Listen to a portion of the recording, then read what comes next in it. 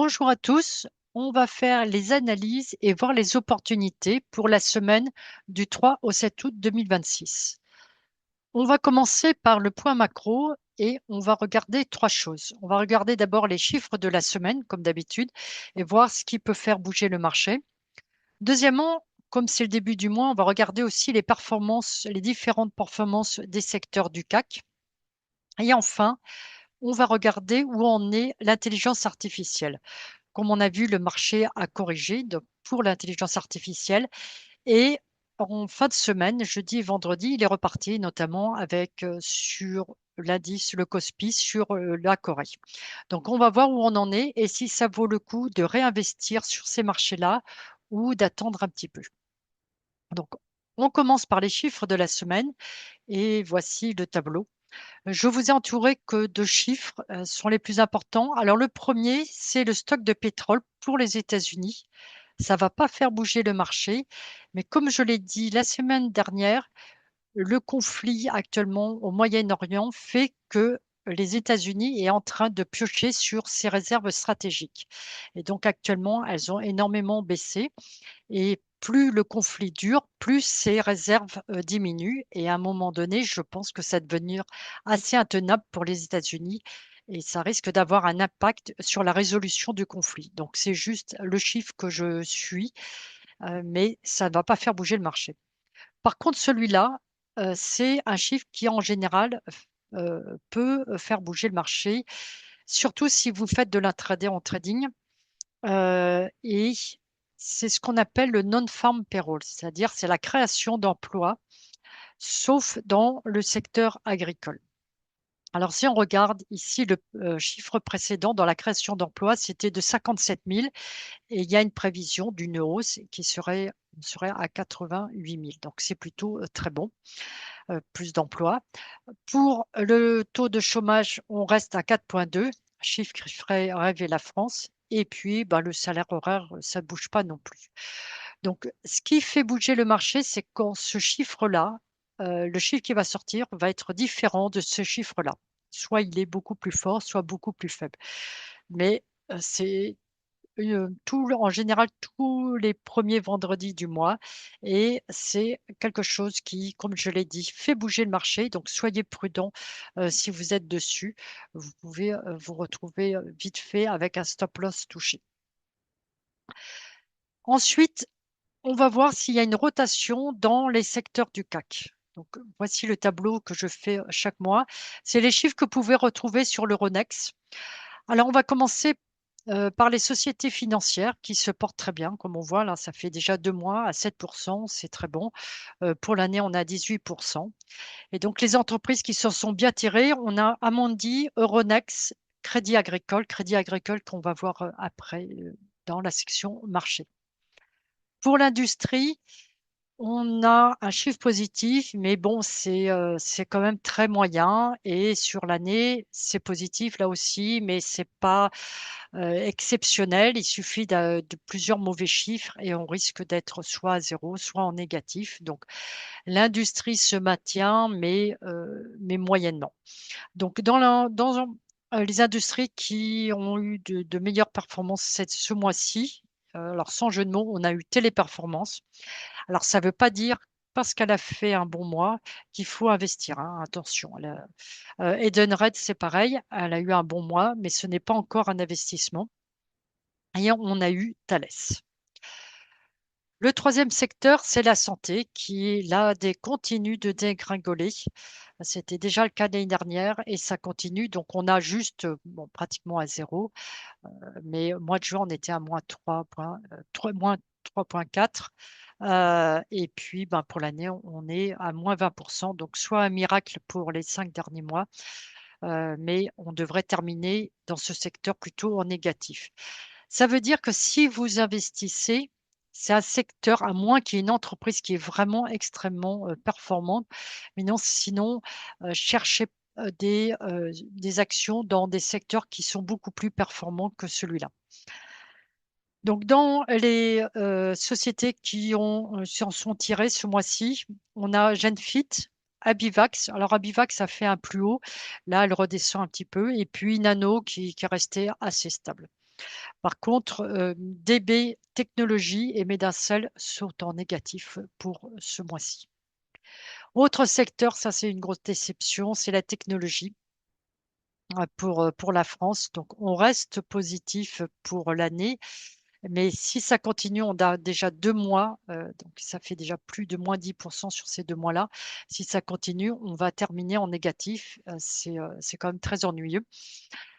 Donc, les entreprises qui s'en sont quand même tirées, c'est Alten, Soprasteria et Capgemini. Alors, pareil, hein, Capgemini, c'est pas parce qu'elle a fait un bon mois qu'il faut investir, c'est juste à surveiller. Et puis, celles qui s'en sont moins bien tirées, et ça, on l'a vu depuis plusieurs semaines, c'est ST Microelectronics et Soitec. Les services à la collectivité, c'était un secteur qui marchait très bien l'année dernière. Comme on voit, c'était voilà. Pour l'année, ça reste quand même très positif, mais on voit là un ralentissement et même légèrement négatif. Il y a beaucoup moins d'intérêt pour ce secteur-là.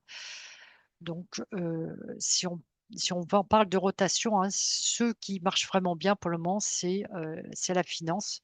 Et les secteurs à éviter pour le moment, c'est entre autres santé, technologie et services aux collectivités. Alors, services aux collectivités, ceux qui s'en sont sortis, qui n'ont pas fait de belles performances, pardon, c'est Française Énergie et de Richebourg. Là aussi, un autre secteur qu'il faut éviter, c'est les biens de consommation. On est en négatif pour ce mois-ci, ce n'est pas énorme, mais sur les 6 mois et sur l'année, c'est quand même assez important. Donc, à moins d'un miracle, c'est encore là aussi un secteur qu'il faut pour le moment éviter. Donc, dans les sociétés qui ont eu de meilleures performances, on a eu SEM. Pareil, c'est un bon mois, mais ça ne veut pas dire qu'on investit dessus. Valeo et puis JC Deco qu'on suit depuis un bout de temps, qui était sorti d'un range et puis qui continue à grimper. Et celles qui ont de moins bonnes performances, on a Vivendi, Nexity, Air France. Euh, Ensuite, on a le secteur pétrole et gaz. Et ça, c'est un secteur qui est totalement biaisé puisqu'il est totalement lié aux nouvelles du conflit au Moyen-Orient. Donc, c'est pour ça que le mois de juin avait été très négatif, uniquement parce qu'on a eu l'ouverture du détroit d'Ormuz et un cessez-le-feu. Mais voilà, la refermeture et la reprise du conflit a fait que le marché est remonté, mais c'est totalement artificiel. Il faudrait attendre vraiment la résolution du conflit pour avoir les vrais chiffres concernant ce secteur-là. Alors, sans surprise, les entreprises qui s'en sont bien tirées, c'est Total, Viridien et GTT. Et puis, il y a un secteur, je le dis à chaque fois, je vais encore le répéter, qui ne fait pas rêver, mais qui se maintient. Donc ça, c'est un secteur qui est intéressant quand même toujours d'avoir dans son portefeuille parce qu'il ne va pas vous faire de miracle, mais il reste positif. Donc, ce n'est pas des grosses performances, mais en cumulé, ces petites performances positives font de belles performances comme on voit ici au niveau annuel. Donc, les entreprises qui s'en sont bien tirées, on a ArcelorMittal et Imerys et Aperam. Alors, je vous ai fait deux graphiques. Le premier, c'est pour comprendre ici, c'est pour la santé et j'ai comparé le CAC avec le SP 500. Donc, c'est pas que le CAC 40, hein, c'est toutes les actions du CAC ici. Et donc, on voit pendant à peu près jusqu'ici, hein, donc enfin, à peu près, moi, c'est fin 2023. Le marché, même si on avait ici un écart, hein, le marché se suivait un petit peu près dans les hausses et dans les baisses. Et puis, non, alors, attendez, excusez-moi, c'est plutôt jusqu'ici, jusqu'en 2025 ici. Et puis, on a eu un total décrochage à partir de fin 2025. Et on voit autant le SP 500 continue à grimper et le CAC, lui, continue à baisser. Donc, on va attendre ici de revoir que ça remonte pour commencer à s'intéresser de nouveau à ce secteur-là. Pour la technologie, Là, on voit hein, la différence. Si au départ ça allait, la différence s'accroît hein, de plus en plus et c'est devenu absolument énorme la différence entre le SP500 et le CAC. Et ça date de 2023. Et puis ça continue et on voit en plus que eh bien, le CAC, lui, est en train de pointer vers le bas, alors que le SP500, bon, s'il y a une correction, mais il nous a fait quand même des superbes records. Donc voici pour les secteurs du CAC. Et maintenant, on va s'intéresser donc à l'intelligence artificielle, de voir où on en est exactement. Alors, le indice qui est vraiment à suivre, c'est un indice américain et donc c'est uniquement aujourd'hui, je vais uniquement parler de l'intelligence artificielle du secteur du côté américain. Je vais pas, même s'il y a deux, trois chiffres au niveau mondial, c'est vraiment au secteur américain qu'on va regarder. Et donc, l'indicateur à suivre, c'est le SOC. Alors, le nom correspond pas du tout, l'acronyme ne correspond pas du tout au nom, puisque le nom, c'est le Philadelphia Semiconductor. Et cet indice est intéressant parce qu'il recouvre à peu près tous les secteurs de l'intelligence artificielle. Donc, c'est très représentatif. On a les concepteurs de puces, les fabricants, fonderies, équipementiers, logiciels, matériaux et composants. Alors, si on regarde le graphique de cette semaine, eh bien, on a quand même un plus bas. Le marché, il a clôturé à l'intérieur de cette bougie d'il y a 2 semaines, mais ça ne veut pas dire qu'il est reparti. Il aurait au minimum fallu qu'on ait une bougie verte, ce n'est pas le cas. Donc pour le moment, je ne vois pas personnellement de signe de reprise. Un autre indice que vous pouvez suivre, c'est le Nasdaq 100, donc les 100 entreprises, les premières entreprises du Nasdaq. Et ici, on voit l'indice a clôturé juste au-dessus du support à 28 196. Donc, c'est plutôt assez positif. Pour que ça reparte, il faudrait une clôture au-dessus et de voir le marché qui dépasse au minimum ce haut-là et une clôture au-dessus pour vraiment repartir. Le problème du Nasdaq 100, c'est qu'il n'y a pas que de l'intelligence artificielle, hein. Il y a d'autres entreprises comme Tesla, Costco, Netflix. Donc, c'est la technologie, mais pas que l'intelligence artificielle. Donc, vraiment, si vous vous intéressez sur l'intelligence artificielle, je vous conseille surtout de vous concentrer sur l'indice SOC. Alors, j'ai fait ici un graphique pour comprendre vraiment l'architecture de l'intelligence artificielle. Ça permet de voir exactement comment ça fonctionne. Donc, d'abord, on a les semi-conducteurs avec NVIDIA, AMD, TSMC. Ensuite, on a les cloud et l'infrastructure avec Microsoft, Amazon, Google, Oracle. Ensuite, on a les modèles avec OpenAI, donc ChatGPT, Anthropic Cloud, Claude, Mistral, DeepSeek. Et puis après, on a ensuite les applications, dont notamment ChatGPT Enterprise, Salesforce, etc. Et enfin, tout au bout, eh bien, on a les entreprises clientes. Donc, pour le moment, eh bien, tout ce qui est semi-conducteur, il y a une grosse demande et c'est un secteur qui marche très bien. Donc, on a un certain ralentissement, mais ça n'empêche que c'est un secteur qui va très, très bien. Par contre, là où on se pose plus de questions, c'est ici, ces deux parties-là, sur le cloud, sur l'infrastructure et les modèles IA. Et c'est ce qu'on va regarder un peu plus aujourd'hui. Donc, un dernier graphique est ici uniquement sur l'infrastructure avec Alphabet, Google, Microsoft, Amazon, Meta, donc Facebook. Et comme on voit, Google et Amazon avaient fait de très très belles performances jusqu'en juillet, où ils sont passés. Ici, c'est le trait bleu foncé, c'est le SP500. Donc, ils sont passés dessous, donc de très peu pour le moment, mais les performances sont passées sous celles du SP500. Et alors, on a Microsoft et Meta qui sont, à part un moment donné en février, sinon ils sont restés à chaque fois dessous. Microsoft a très bien terminé le mois, mais bon, ça, c'est encore à suivre. Alors, le problème pour les infrastructures, c'est l'investissement. L'investissement est absolument phénoménal. Depuis le début du boom de l'IA, c'est-à-dire 2022-2023, il y a des investissements de 1 000 milliards de dollars. C'est phénoménal. Voilà, ce qui est prévu pour 2026, c'est pour ces 5 entreprises, c'est 650 milliards. 2027, c'est encore plus. Donc, c'est pas comme si l'investissement allait ralentir, c'est juste cette année et puis après, ça va aller ralentir et on va pouvoir profiter des investissements. Non, les investissements, comme on voit, ils sont crescendo. Et donc, ça, c'est un souci euh, parce que les revenus ne suivent pas. Amazon a fait 11 milliards de plus sur le cloud par rapport à l'année dernière, mais c'est pas énorme hein, quand on voit le chiffre ici.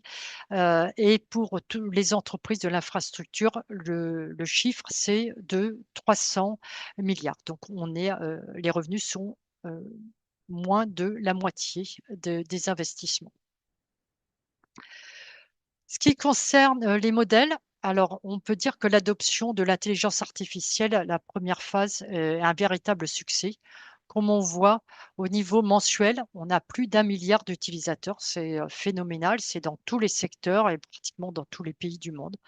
Donc ça y est, la première phase est totalement un succès. Le problème, on voit sur les modèles, c'est que ici en semaine, on a 800 millions mais d'abonnés, on n'a que 50 millions. Donc là aussi, le problème, c'est les revenus sur les modèles. C'est-à-dire qu'actuellement, les modèles vivent pour tous les investissements qu'ils font. Ils profitent des levées de fonds des investisseurs, mais ce n'est absolument pas les revenus qui, pour le moment, financent leurs investissements. Donc là aussi, on voit les revenus et le revenu total hein, pour les modèles ici, Anthropic, etc. OpenAI, Mistral, c'est de 73 milliards. Donc là, on a les dépenses en détail. C'est pour toute l'intelligence artificielle et au niveau mondial. Hein, donc, c'est un peu plus grand. Donc, ce qui coûte cher ici, c'est les services, notamment de récupérer toutes les données. Il faut les nettoyer. Ça prend énormément de temps et d'argent. Donc, les trier. Ce qui coûte aussi de l'argent, c'est les softwares, les logiciels. Pourquoi? Une grosse partie, ce sont les salaires. Toutes les entreprises s'arrachent actuellement les meilleurs talents au monde et sont prêts à dépenser énormément d'argent pour les payer grassement. Et ça commence à avoir un impact sur les coûts. Et puis, la dernière chose qui coûte extrêmement cher ici, c'est les data centers sur l'infrastructure. Et ça, actuellement, Amazon et les autres groupes sont en train d'investir absolument massivement pour avoir énormément de data centers. Donc, on a un problème puisqu'il commence à y avoir une pénurie de puces. Donc, ça, c'est un problème. Et puis, c'est un véritable coût pour ces data centers en énergie. Euh, et pour qu'un data center commence quand il a été fabriqué, pour qu'il commence à être rentable, eh bien, il faut attendre 2 ans avant de pouvoir attendre un début de profitabilité. Par contre, si on regarde hein, sur les dépenses, hein, sur les modèles, ça ne coûte pas excessivement cher. Donc, pour Goldman Sachs, véritablement, l'adoption totale de l'intelligence artificielle, ça va prendre au moins 15 ans. Donc, on n'est pas dans du court terme, on est dans du long terme. Donc, évidemment, l'intelligence artificielle, ça va continuer, mais sûrement pas au rythme que l'on a vu. Et c'est ça qui est important. Donc, on va voir un ralentissement et ça va continuer. Donc, ça vaut le coup d'investir, mais pas au même rythme qu'on le faisait. Et donc, en plus, on ne sait pas très bien, c'est un peu comme pendant la bulle Internet, on ne sait pas très bien quelle est l'entreprise qui va vraiment devenir leader. De temps en temps, on en a une qui va se faire battre par une autre, etc., etc. Donc, ce que je vous invite à faire, c'est à suivre l'indice, le SOC, et de commencer vraiment à voir qu'ils repartent dans le vert pour vraiment de nouveau réinvestir. Mais pour le moment, je dirais que ça vaut le coup de faire une pause sur ce secteur-là et de faire comme les institutionnels qui sont toujours à chercher la meilleure opportunité au meilleur moment. Et actuellement, c'est plus l'intelligence artificielle. Si on reprend l'année dernière, on peut regarder, hein, les secteurs qui avaient bien marché. On avait eu déjà les cryptos, on a oublié parce que maintenant les cryptos, ça marche plus tellement.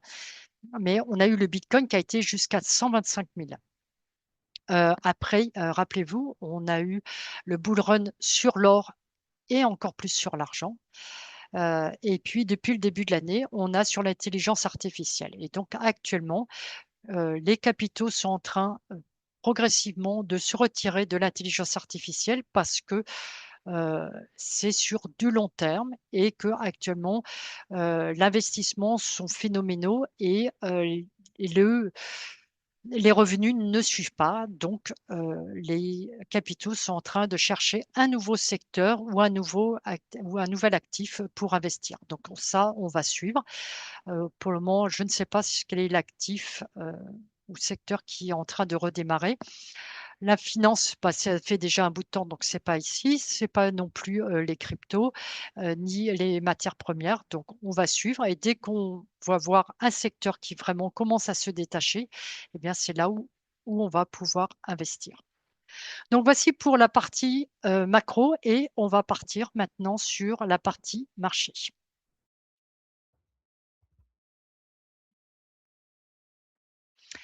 Donc, dans cette revue des marchés, on va commencer un peu avec le forex pour une fois. Il y a eu des choses qui se sont passées sur quelques monnaies. Donc, on va regarder ça ici. Alors, je vais remettre, voilà, et le volume. Et on va commencer par l'euro-dollar. On est en hebdomadaire ici. Et le marché a rebondi sur. Donc voilà, je retrouve. Voilà, il a rebondi ici sur ce support à 1,13. Donc c'était un support qu'on voit ici. Et ça, c'est suite à l'annonce que la Fed va maintenir ses taux d'intérêt pour ce mois-ci et qu'il y aura peut-être une hausse en septembre. Alors l'information la plus intéressante et la plus impactante ici, c'est surtout sur, entre le dollar US et le yen et on voit, hein, on a eu une énorme baisse. Donc ça veut dire ici que le yen s'est fortement renforcé. Alors qu'est-ce qui s'est passé? Eh bien ça, c'est en général dû à une intervention de la banque, japonaise, la banque nationale japonaise qui, ne prévient jamais de ses interventions contrairement à la BCE, contrairement à la Fed et cetera. Donc c'est toujours à l'improviste et c'est toujours dangereux si évidemment on est à l'envers dans le trade. Et donc ce qui s'est passé, c'est que le yen s'affaiblissait de plus en plus et ça devenait absolument un problème pour le Japon et donc ils sont intervenus, massivement et en achetant pour entre 53 et 59 milliards de yens contre le dollar US. Et ce qui est chose intéressante, c'est que le Trésor américain a aidé dans cette opération et c'était la première fois depuis 2011. Donc, la banque aussi du Japon a dit qu'elle maintenait son taux d'intérêt à 1% et qu'il est possible qu'elle augmente ce taux un peu plus en septembre, tout ça pour contenir l'inflation. On va passer maintenant aux indices. Alors, on l'a vu déjà dans la première partie macro, hein, donc c'est le Nasdaq à 100 et qui donc se maintient ici au-dessus du support à 28 227. Donc, on va voir s'il repart. On a du volume acheteur. J'aimerais bien ici, alors on est en hebdomadaire, hein, donc j'aimerais bien ici qui clôture au-dessus de cette bougie-là. Alors, on va regarder ici en journaliste ce que ça donne, hein. Donc voilà, qui clôture. On voit très bien, hein, il a touché et il nous a fait une toute petite bougie en journalier. Donc autant en hebdomadaire, c'est assez intéressant, en journalier, c'est moins intéressant. Donc il faut absolument une clôture au-dessus de ce niveau-là, pour que ça soit un achat. Pour le stock 50, alors il progresse tout doucement. Donc, là, il est sorti, et il clôture exactement sur le haut de cette consolidation. C'était un ancien record historique à 6 375. Il est juste là, donc il progresse. Donc, il est à peu près certain qu'il aille retester, je pense, à ce niveau-là, qui est donc le dernier record historique à 6 462. Heu, Est-ce qu'il va arriver à le dépasser? C'est pas évident. S'il n'arrive pas à le dépasser, eh bien, on est reparti à la baisse, avec pour premier objectif ici les 6 209 et puis peut-être encore plus bas, histoire de fermer, ces 2 gaps ici.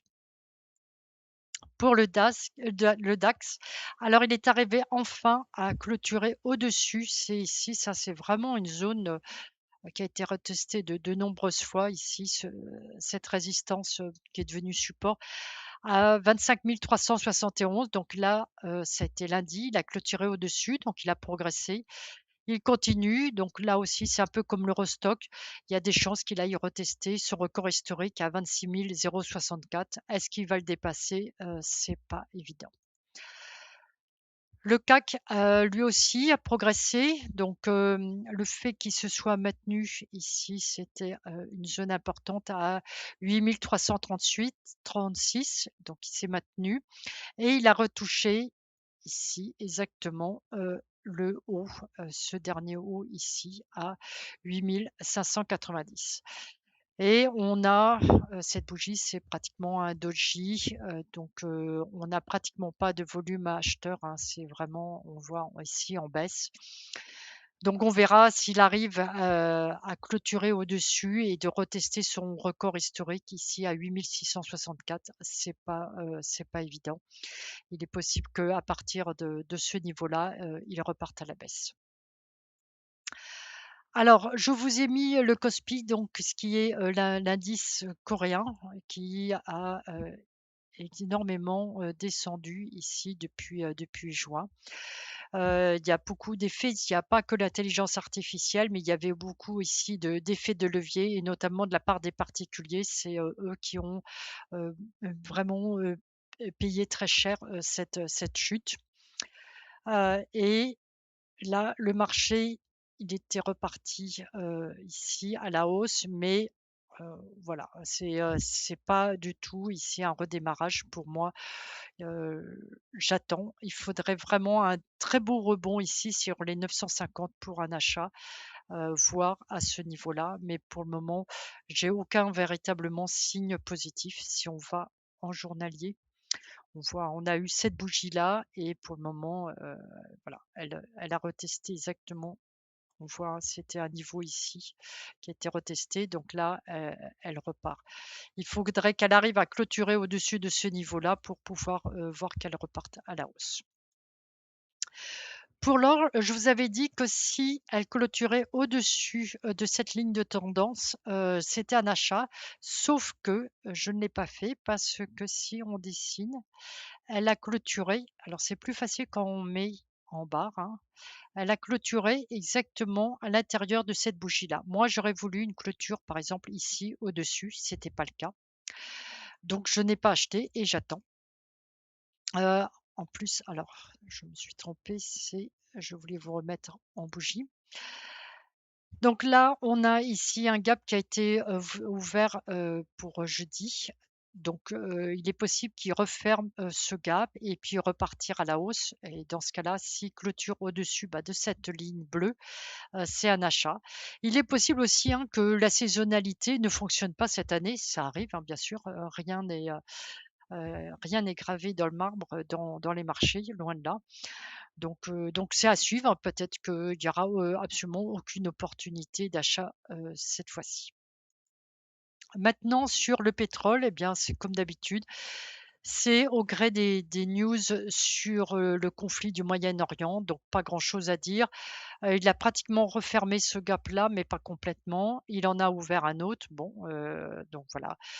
Donc il y a pas grand-chose à dire. Vraiment les 2 niveaux qu'on surveille, ça va être, ici, c'était le début du conflit à 119 et puis, ici, heu, voilà, sur les 70-49. mais c'est très difficile actuellement de trader ou même d'investir sur ce marché-là. Pour le bitcoin, il est un peu au milieu de nulle part. C'est intéressant parce qu'il est même pas arrivé à retester ce niveau-là et ça, c'est un signe de faiblesse, hein, de pas avoir retouché ici. Donc, voilà, il est reparti à la baisse. Donc maintenant, ce que je regarde, ça va être peut-être, ce niveau ici qui est, 61 544 ou ce niveau-là. Si ces 2 niveaux-là ne tiennent pas, eh bien, on est reparti à retester, ces niveaux ici et peut-être que de nouveau, là, on aura une opportunité d'achat. On va passer aux actions du CAC et on va commencer par Swatec. Alors, on va d'abord, passer ici, heu, en hebdomadaire. Donc on avait vu cette bougie. Alors, voilà, c'est toujours pareil. Quand on regarde les couleurs, si vous regardez les anciens graphiques, des traders américains ou des investisseurs américains d'il y a 30-40 ans, tout était en noir et c'était pas si mal parce qu'on se laissait moins influencer par les couleurs. Là, on voit une bougie verte, on se dit: «Oh OK, ça y est, c'est reparti», sauf qu'il faut vraiment regarder où le marché, ce qu'a fait le marché et donc là, il a été complètement stoppé sur ce niveau ici, qui est un niveau important à 119 et donc voilà, il a été stoppé et comme je vous avais dit la semaine dernière, il y avait un gros gap et toute la semaine, bah, ce qu'il a fait, c'est qu'il a fermé le gap. Alors maintenant, on se retrouve et c'est là où ça va être intéressant. On va surveiller ces 2 niveaux ici. Donc ici, c'est 118 et ici, c'est 81, 66, 81. Donc si on a une clôture au-dessus, eh bien, c'est un achat. Si, eh bien, le marché passe dessous, on va retester, plus bas. Donc le 1er niveau sera 63,50. Crédit Agricole, je vous l'avais mis dans les réseaux sociaux, alors je ne sais plus si c'était la semaine dernière ou dans les autres, vous pouvez retrouver dans ma newsletter. Donc voilà, il a fait exactement touché déjà le premier objectif, donc il a fermé d'abord le gap, puis il a touché les 19,15. Alors maintenant, où il en est, prochain niveau, c'est 21,03. Alors si on compare par exemple à BNP, Société Générale, le Crédit Agricole est quand même très en retard. Mais comme on l'a vu dans la première partie macro, c'est un secteur actuellement qui marche bien, donc les sociétés financières.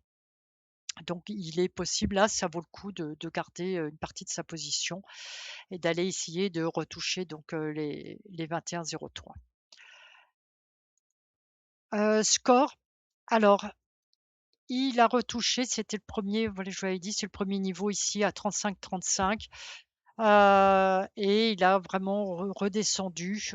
Je suis pas sûre qu'il aille tellement plus haut. Ici, on a un niveau pivot. Ce que j'appelle niveau de pivot, c'est qu'il, il descend et puis voilà, il rebondit et puis, là, bah, là, il est complètement redescendu. Donc, c'est toujours un niveau qui attire. Donc pour le moment, il n'arrive pas à le dépasser. Il est possible qu'il reparte à la baisse. Si on a une clôture au-dessus des 35-35, eh bien, on a une chance de retester le record historique à 43,80. Dassault Aviation, c'est juste pour regarder. On a ici une ligne rose, presque rouge, que j'ai déjà signée. J'avais déjà signalé dans ma newsletter. Donc, si on regarde, alors là aussi, hein, c'est plus facile en barre et on voit à chaque fois le marché passe au-dessus et reclôture là. Il clôture dessus. Là, il touche, il reclôture ici, il clôture dessus. Là, il a clôturé juste dessus, mais bon, ici, il va au-dessus, il reclôture là, donc à chaque fois. Donc c'est un niveau extrêmement important. Les 304, il n'arrive pas du tout à les dépasser. Si on a une vraie clôture, vraiment une vraie clôture au-dessus, eh bien ça vaut le coup, d'acheter et on reteste, les 354,08 comme premier objectif. Hem, alors Alten, là on a une très belle bougie verte, mais pour le moment, là aussi, elle bloque sur ce niveau à 79,85. On va voir si elle arrive à la dépasser. ou pas. Si elle n'arrive pas à les dépasser, eh bien, on est reparti en bas. Donc, si on voit, hein, c'est un marché qui est totalement baissier, donc, et qui fait une tentative pour passer en tendance haussière, mais c'est pas encore gagné. Il faut au minimum qu'il dépasse ce niveau-là pour qu'on puisse vraiment penser qu'il passe en tendance haussière. Je vous en avais parlé dans la partie macro ici et c'est BIC. Alors c'est une société intéressante, hein, donc voilà, hein. On est encore, extrêmement bas, elle était vraiment en tendance baissière et puis ici, elle nous fait, une consolidation entre 70,6 et 50,80 et là, elle est en passe, de dépasser ce niveau-là, donc c'est intéressant. On a du volume acheteur qui est en augmentation, donc on a une clôture, au-dessus de ces niveaux-là. On peut espérer atteindre les 97,6. Après plus haut, il y a quand même, beaucoup de marge, donc on va déjà juste pour le moment, essayer d'atteindre les 97,6 uniquement s'il clôture au-dessus des 70,6. Alors, Bureau Veritas, là aussi, j'avais fait, sûrement un post, où j'en avais parlé dans mes vidéos. Donc voilà, c'était le niveau qui bloquait. Il est passé, mais voilà, il a juste touché ce niveau-là et il est reparti. Donc maintenant, on oublie. Il est complètement bloqué ici entre ces niveaux, entre les 29,76 et les 25,38. Donc tant qu'il reste là-dedans, Heu on n'y touche pas et on attend véritablement qu'il nous donne une vraie direction. De Richebourg, vous m'avez demandé ce que j'en pensais, donc voilà, on dézoome. Alors le record, il est ici à 12,11 et il a essayé de sortir et puis pour le moment, eh bien, il a du mal à rester au-dessus des 9,79. Donc on va voir s'il retourne au-dessus, eh bien, il y a des chances qu'il reparte à la hausse. Par contre, s'il n'arrive pas à progresser, on est reparti. Le prochain niveau sera à 7,56. JC Decaux, ben, il continue sa progression, donc c'est bien. Il a clôturé au-dessus des 22,36 et donc le niveau que je vous avais dit qui, va poser vraiment problème ici, c'est les 25,44. Thales, alors le niveau qui bloquait, hein, puisqu'on voit, je vous l'avais mis en jaune ici, on avait une consolidation, c'était les 242, donc ça y est, il clôture au-dessus. Donc on va voir, s'il arrive à s'y maintenir. S'il s'y maintient, on est parti sur les 276. Kering, là, est bien reparti, mais il n'a pas encore dépassé ce niveau-là. Donc on va voir parce qu'il est possible qu'il atteigne les 297 et puis qu'il reparte à la baisse. Donc ce qu'il nous faut, c'est vraiment une clôture au-dessus de ce niveau-là et puis on irait, atteindre les 348 et 348, on voit ici, c'est un niveau important qui avait été retesté ici, ici, ici. Donc c'est un niveau pivot et s'il arrive à dépasser ce niveau pivot, eh bien vraiment ça devient, une action en tendance haussière. Vous m'avez demandé Orange. Alors on va dézoomer, hein, sur Orange parce que là ça fait, quand on dézoome pas, ça paraît super haussier et puis vous dézoomez et là, bah, c'est pas terrible, hein. Donc on avait une consolidation que j'avais essayé de jouer à la hausse et puis, ça avait été un échec et donc là, il est reparti à la baisse et là, il reteste ici, ce niveau ici, cet ancien support qui est devenu résistance à 16,83. Il a testé au-dessus et il reclôture. Donc là, on est reparti à la baisse. Prochain niveau ici, on voit ici, c'est ce niveau, c'est 15,38 et puis le prochain, il est à 14,56. Publicis, il est arrivé enfin à clôturer au-dessus de ce niveau à 91,05. Donc on va voir s'il arrive à continuer. Donc l'action ici est en tendance haussière et donc prochain, obstacle, ça sera les 100, ce qui en plus est un chiffre symbolique, donc on va voir. On a un peu de volume, acheteur, donc il devrait encore un petit peu progresser et puis peut-être retester les 108. Est-ce qu'il sera capable de les dépasser? Ça, c'est pas évident. Alors Hermès, j'ai fait un post ici, parce que on malgré des résultats, intéressants, le marché a chuté et donc vous pouvez retrouver tout le post, hein, dans ma newsletter. Donc maintenant, le niveau que je regarde, c'est 1420 ou ici les 957. Alors en analyse technique, c'est aussi on calcule la taille, hein, de cette consolidation à 1788 et 1529 et on le reporte ici exactement la taille, plus bas. Donc voilà et on se retrouve donc à 1270. Donc on va voir. Pour le moment, ce qui est intéressant, c'est qu'il a clôturé en hebdomadaire au-dessus, du bas de cette consolidation, mais il y a rien de, il on voit pas qu'il a redémarré. Donc si on voit en plus en journalier, voilà, la clôture, c'est une mini, bougie verte par rapport à cette grosse bougie rouge. C'est pas terrible, donc on va vraiment attendre pour un achat. Vous m'avez demandé Rexel, ben, il avait essayé à 4 reprises, de dépasser ce record historique à 38,92.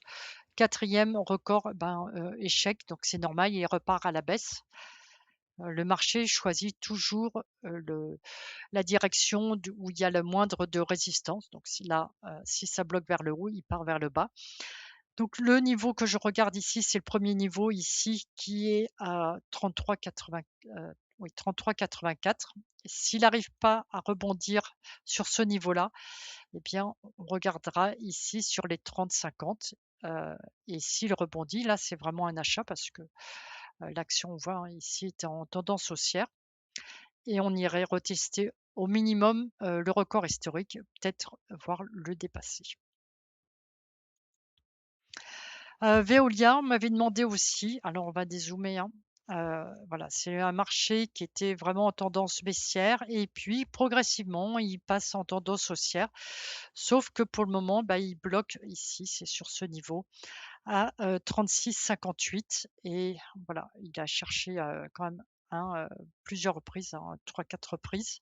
Donc là, il repart, massivement à la baisse. Donc le niveau maintenant que je regarde, parce qu'il avait été retesté plusieurs fois, c'est ici 33,49 pour voir s'il y a un rebond.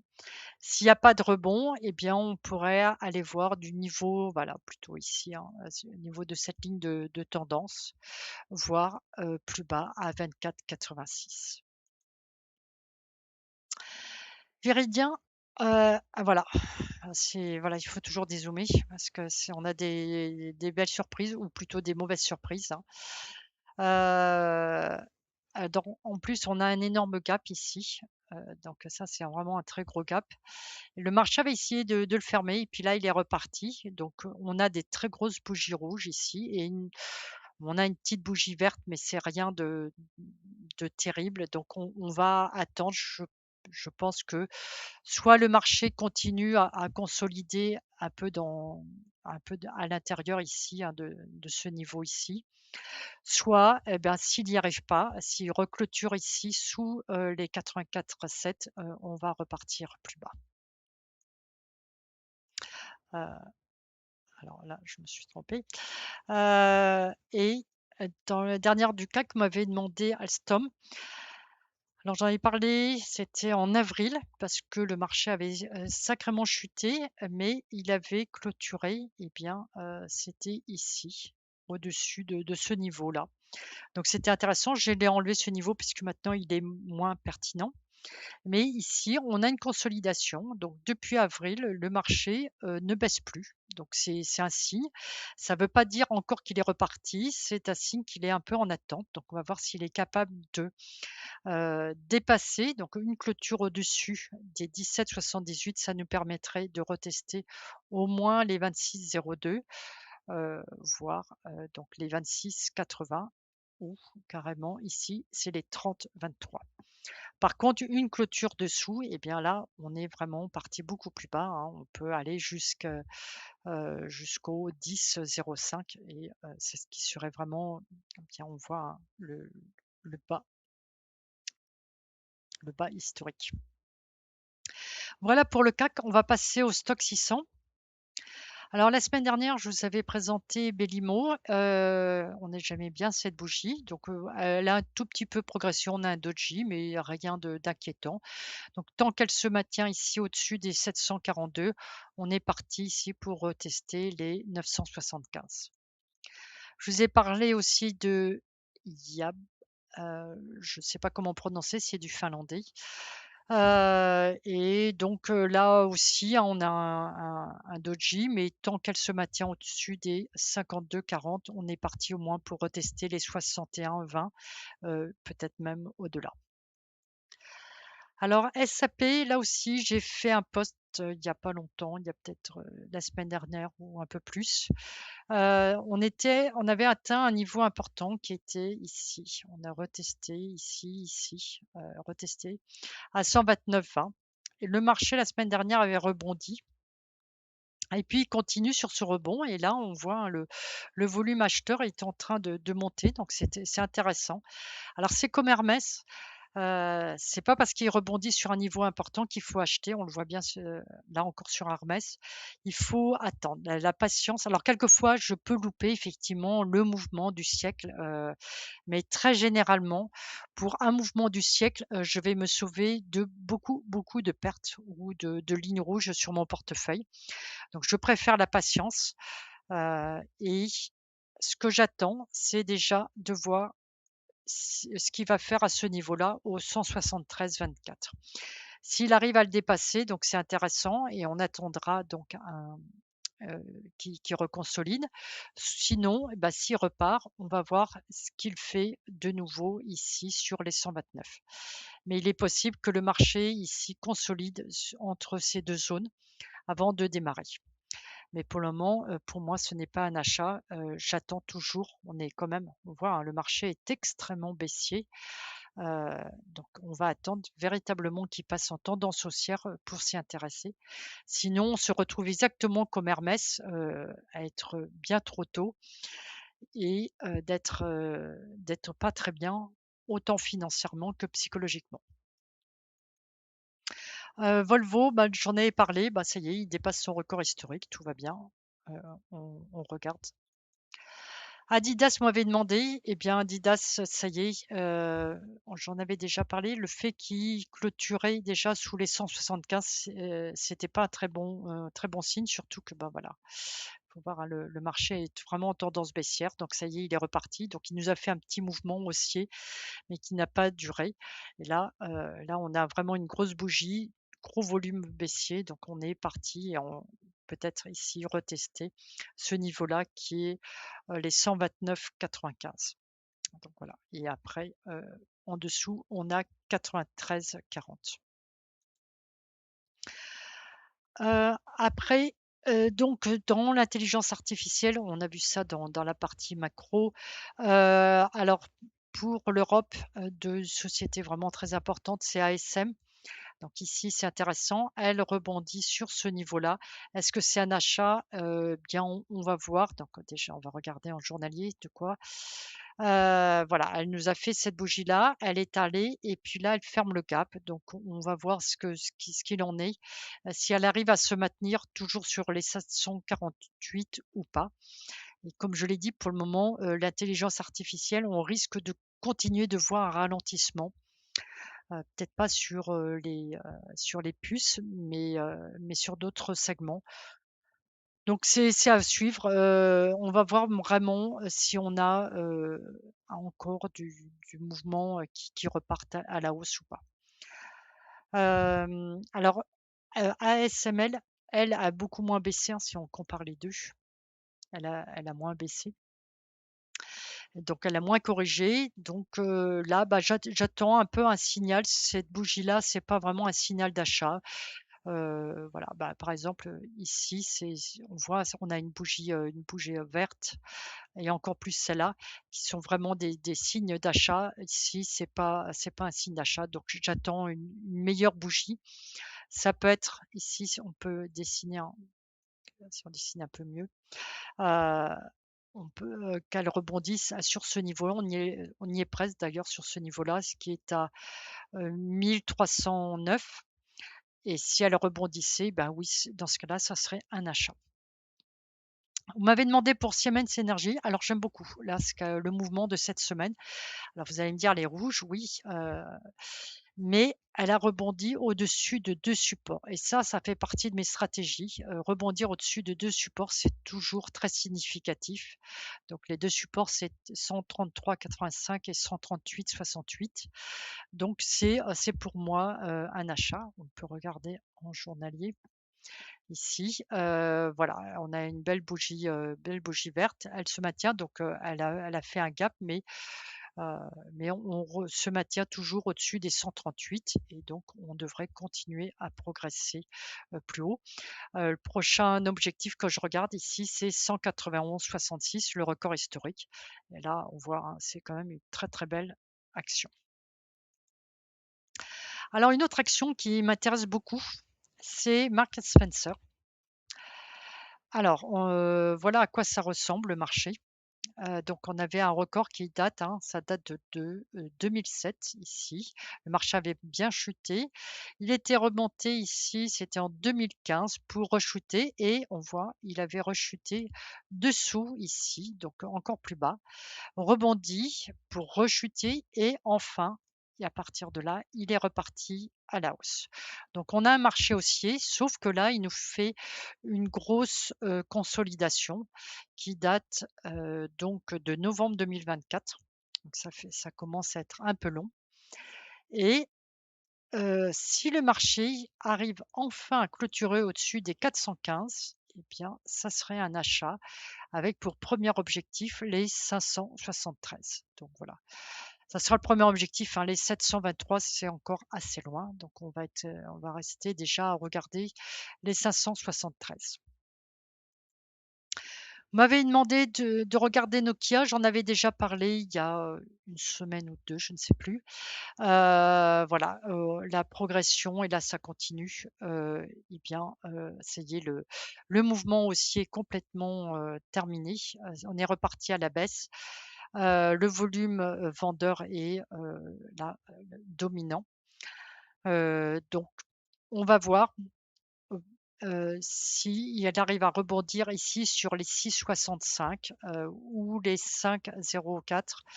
Mais pour le moment, c'est pas terrible et il faut en plus dézoomer pour comprendre un petit peu, hein. L'action est extrêmement baissière, donc là, elle a rebondi sur ce niveau ici, elle a dépassé et puis elle s'y est pas maintenue, donc c'est reparti. Donc il va falloir attendre, de nouveau, de voir un rebond quelque part pour acheter, mais pour le moment, heu, c'est absolument, terminé. Et puis la dernière action qui m'intéresse beaucoup ici, c'est là on voit un petit peu, il y a, une espèce de rebond, on l'a vu dans Kering, bon pas trop dans Hermès, mais dans le luxe, il y a, ça repart. J'ai pas parlé de Rolls-Royce parce qu'il est toujours au-dessus de son record historique, mais c'est pas il y a pas d'opportunité. Mais, ici, c'est ma ligne orange que je suis, beaucoup. Donc le marché avait consolidé, là, ici, en jaune et puis sorti, il a retesté les 347 et pour le moment, hein, on voit, hein, c'est ce niveau-là, heu, il n'arrive pas, à les dépasser. Donc si on a une clôture en hebdomadaire au-dessus, c'est un achat. Si en plus un achat au-dessus de la ligne de tendance, et donc le premier objectif ici sera 449 et puis, je ne l'ai pas mis en jaune, mais le record historique est à 492. Donc voilà, pour les analyses et opportunités pour cette semaine. Donc, n'hésitez pas à liker, à commenter, ça m'aide beaucoup et puis si vous voulez que je regarde, des actions ou des marchés, n'hésitez pas à le mettre. Donc n'oubliez pas, pour les actions, il faut que ça soit, grosse capitalisation, moyenne capitalisation, que pour le CAC et le stock 600. Donc, je réponds à tous les messages et si vous me demandez les small caps, je préfère ne pas les suivre parce que ce sont des marchés qui sont extrêmement volatiles et très volatiles aussi aux nouvelles. Donc c'est très compliqué, je trouve, de trader ou même d'investir sur ces, marchés-là. Donc je préfère qu'ils aient, déjà un peu de bouteille avant de m'y intéresser. Voilà, c'est un choix particulier, c'est peut-être une erreur de ma part, mais c'est comme ça que je vois les marchés. Voilà, je vous souhaite une excellente semaine et on se retrouve, dimanche prochain.